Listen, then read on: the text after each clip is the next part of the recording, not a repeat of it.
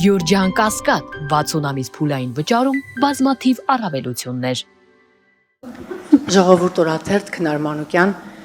պարոն նախագահ, ես իմ գործընկերից նախապես ներողություն եմ խնդրում, երկու հարց ունեմ, մեկը քաղաքական, մյուսը իրավական, ձեր հետագա ճակատագրի հետ կապված։ Սկսեմ քաղաքականից։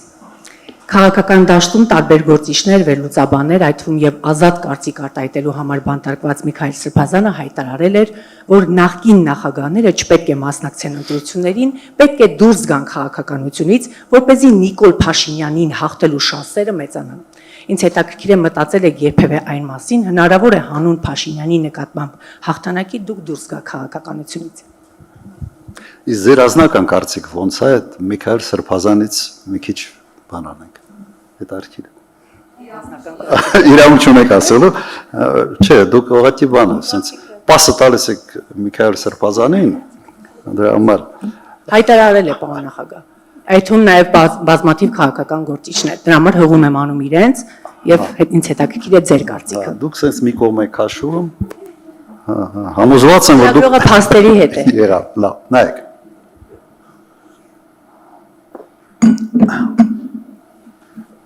Ես ուրիշ նախագահների անունից իրավունք չունեմ խոսալու եւ չեմ ուզում խոսալ։ Հիմա ինչ վերաբերում է կոնկրետ ինձ։ Կարծում եմ 21 թվականի ընտրությունները ցույց տվեցին, որ ես ունեմ ինչ որ չափի ազդեցություն եւ ինչ որ մի զանգվածի, որի չափի մասին չեմ ուզում խոսալ, կոնսոլիդացման հնարավորություն։ Հիմա պատկերացրեք 21 թվականին ես չմասնակցեի։ Ունենք օրինակը 18 թվականի ընտրությունների դեկտեմբերին։ Հիշում եք։ Մի հատ նայեք ինչ արդյունքներ է եղել։ Եվ ավելի լավ խորհրդարան մենք ունեինք, թե ավելի վատ։ Բավարար է իմ մասնակցության ձայները, ոչ բավարար չի։ Կուզենայինք, որ եւս այլ ուժեր ստեղծվեն, որոնց հետ համագործակցությունը կբերի իրավիճակի փոփոխություն։ Այո, կցանկանանք եւ արտահայտում ենք դրա մասին շատ պարզ եւ հասկանալի ձևով։ Հիմա ինչ վերաբերվում է կոնկրետ ինձ։ Իմ թիմը մասնակցելու է եւ իդեպ, երբ որ ասում են նախագահների մասին, առաջին նախագահ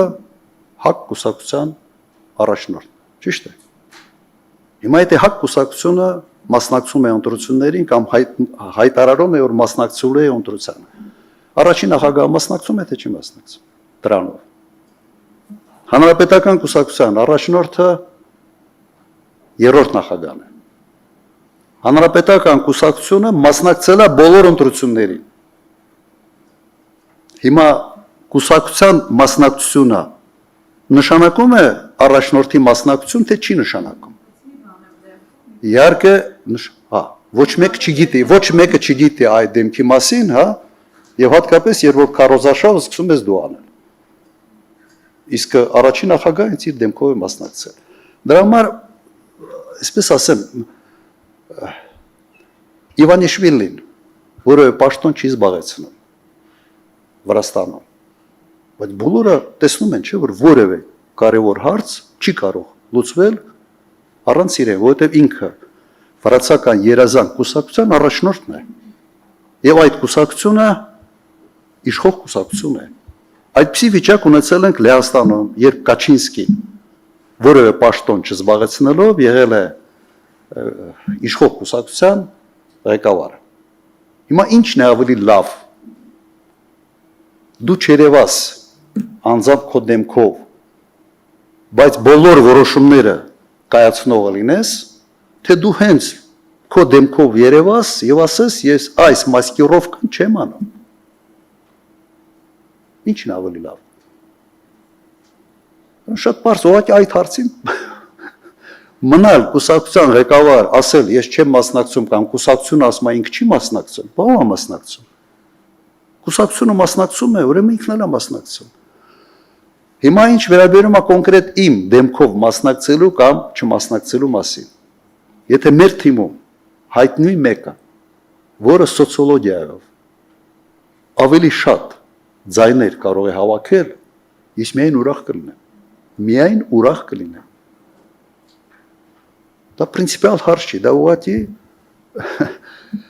քաղաքական դաշտի եւ հանրային կարծիքի հետազոտման հարց է։ Կրկնեմ, միայն ուրախ կլինեմ։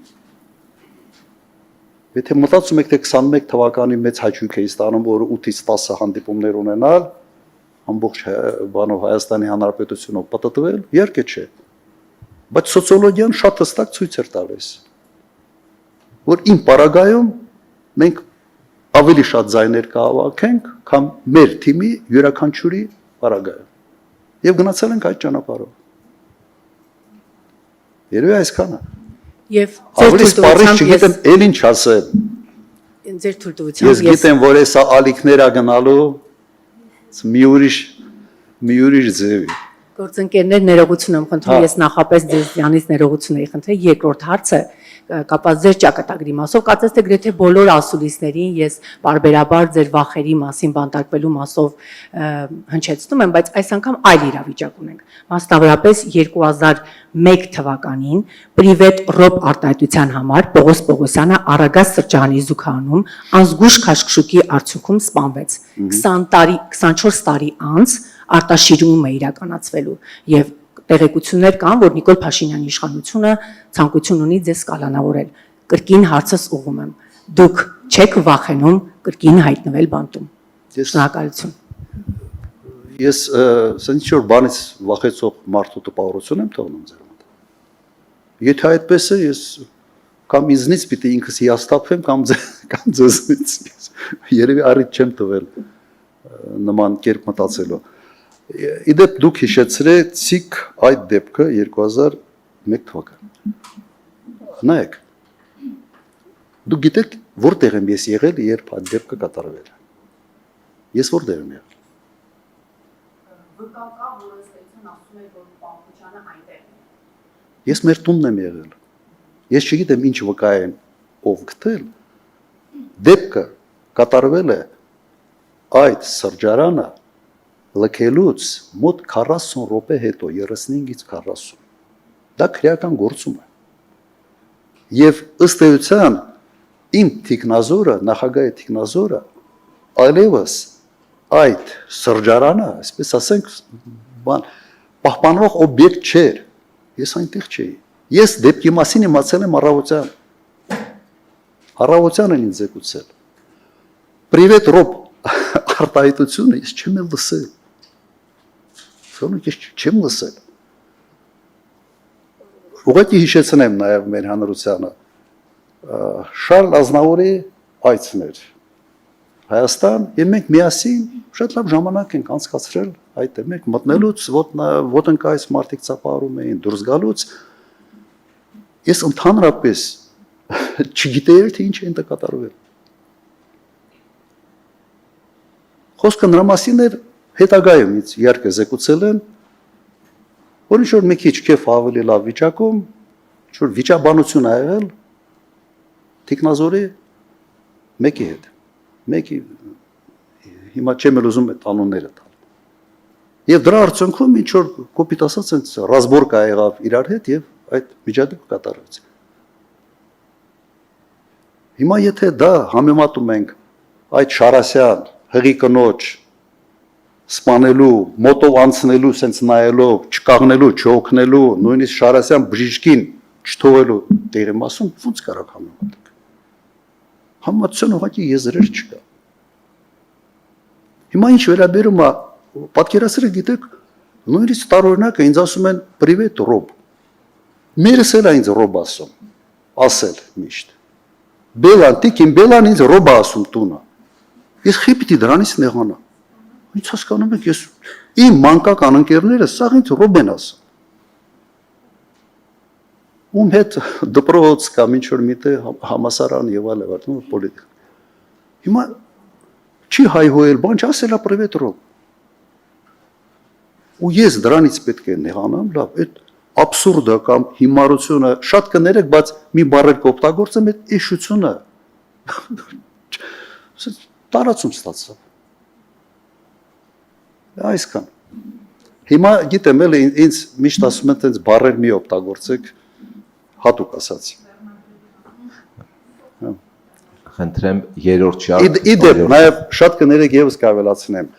Այդ միջադեպի մասնակիցը անմիջապես ազատվեց աշխատանքից։ Անմիջապես, հենց որ ինձ զեկուցեցին, դատվեց։